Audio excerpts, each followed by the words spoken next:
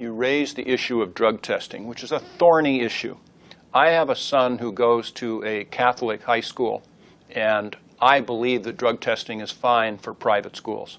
They ask the parents first, the parents say yes, or whatever they say, and that's fine. If you say yes, your child can be drug tested. This is a parental decision, however, not a governmental decision, in my opinion. Otherwise, we have such an incursion upon our civil liberties. If you look at the history, you can see that the war on drugs is responsible for a greater loss of civil liberties than anything in the history of our country.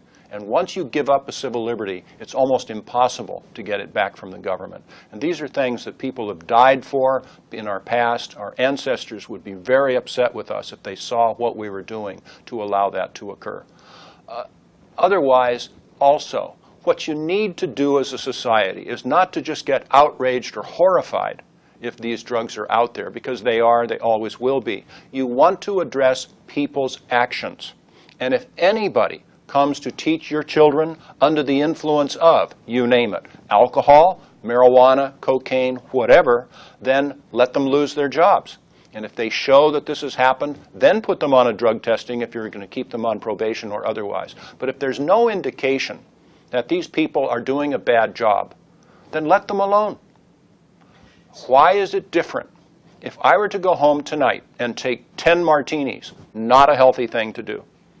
I would not run afoul of my job as a teacher or as a judge or anything else because it's legal. Very dangerous thing to do, and I don't recommend it.